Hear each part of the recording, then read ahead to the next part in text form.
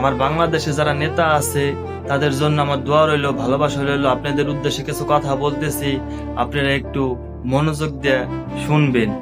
দেখুন, ওই কিয়ামতের দিন যদি আপনি জান্নাত পাইতে চান, তাহলে আপনি নিজ নিজ দায়িত্ব নিয়ে নিজ নিজ এলাকায় যত গরিব মানুষ আছে, এই গরিব মানুষ, অসহায় মানুষ যদি আল্লাহর কাছে বিচার দেয় যে আল্লাহ, আমার তো কোনো খোঁজ খবর কোনো নেতা কর্মী নিল না, আমি তো এরকম অসহায়ের ভিতর ছিলাম, আমি তো খাইতে পারতেছিলাম না, আমার তো অনেক পাশে প্রতিবেশী আমার উপর জুলুম করছে, অত্যাচার করছে, আমার তো কোনো নেতা কর্মী কোনো সমাধান দিল না, আমার তো কোনো একটা বিপদ থেকে বাঁচাইলো না, এই সব কথা যদি একটা গরিব মানুষ বলে, আপনারা কি জবাব দিবেন আমার আল্লাহর কাছে? বলেন, আমার আল্লাহর কাছে কি আপনারা জবাব দিতে পারবেন?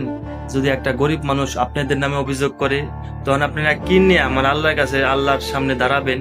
তাই প্রত্যেকটা নেতার কর্মীর উদ্দেশ্যে বলতেছি, আপনারা যদি ভালো থাকতে চান, আখিরাতে যদি জান্নাত পাইতে চান, প্রত্যেকটা গরিব মানুষের কি কি সমস্যা আছে আপনারা নিজ নিজ দায়িত্ব নিয়ে যান, প্রত্যেকটা বাড়িতে যান যে আপনাদের কি সমস্যা আছে, কে জুলুম করতেছে কিনা, কে অত্যাচার করতেছে কিনা, এসব কথা শুনেন। শুনলে পারে কি হবে, আপনারা হৃদায়ত পাবেন, আপনারা বুঝদান হবে। তা না হলে এই গরিব মানুষ যদি একবার আল্লাহর কাছে বিচার দিয়ে দেয়, আপনাদের কিন্তু এইগুলো শেষ, ওইগুলো শেষ। তাই কথাগুলো বুঝতে পারছেন, ভালো থাকবেন। প্রত্যেকটা লোকের জন্যই আল্লাহর দরবারে দোয়া রইল। তা আসসালামু আলাইকুম।